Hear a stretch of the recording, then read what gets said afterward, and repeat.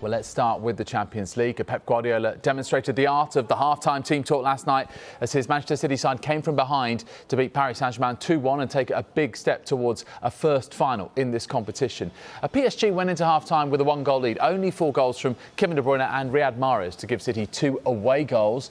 Guardiola said he demanded more personality from his side at half-time. The first half performance was so different to the second half performance in the sense that there was more movement, there was more determination, shall I say. And I think with Pep, and I think I've said this on the show before, when Pep is in his mode, which is most of the time, the players themselves will feel comfortable because they know what they're expected and they know what's expected of them, shall I say. And perhaps in that first half, Pep wasn't quite his normal self with his delivery before they went out. Whatever the message may be, I think there's got to be one real focal point that you want to change. I mean, yes, managers will do it differently. You'll have managers that will want to rant and rave. David touched on there the fact that Pep is very animated, is very, at it, is at the races. He was a little bit more subdued in the first half. Whether or not he came in and just raised the tempo with his body language, with his communication, which you see being quite frantic at times and a very high tempo. So I think that the important thing is just keep it simple. Well, Mahrez's goal was his second in as many Champions League games. Former Manchester City defender Nato Manua believes that Mahrez can play a huge role in helping his side secure the treble in the next few weeks.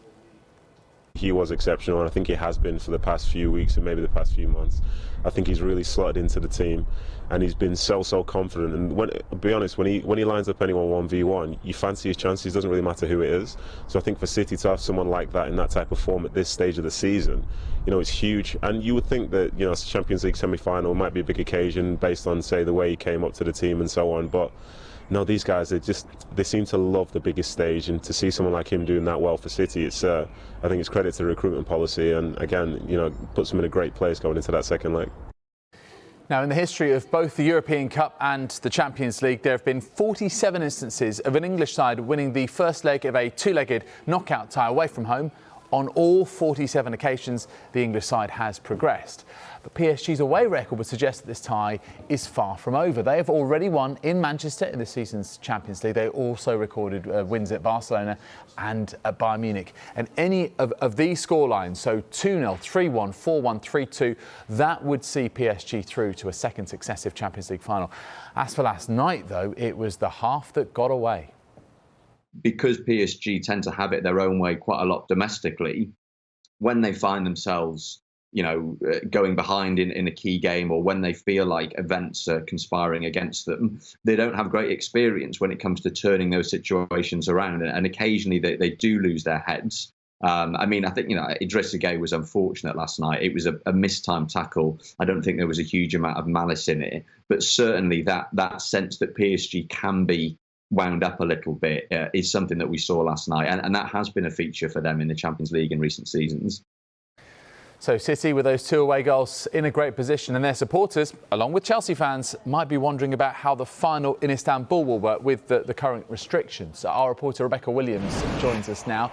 Rebecca, good afternoon to you. Istanbul, then, the destination for the Champions League finals. What's the latest, first of all, on tickets for the game? We understand, according to the governing body UEFA, that there will still be, hopefully, a small number of spectators at that game, at the final on the 29th of May.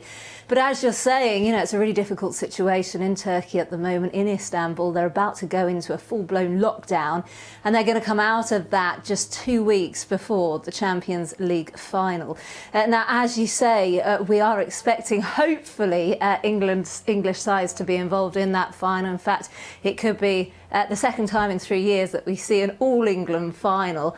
Lots of fans will be hoping that they can attend, but there's lots of question marks at the moment because, of course, at the moment in this country, travel outside is not permitted until at least the 19th of May. And even then, we don't have confirmation that things will go ahead then. So there's still a lot of question marks. We're going to have to wait and see over the next couple of weeks or so. But certainly in Turkey at the moment, the coronavirus situation is not looking good.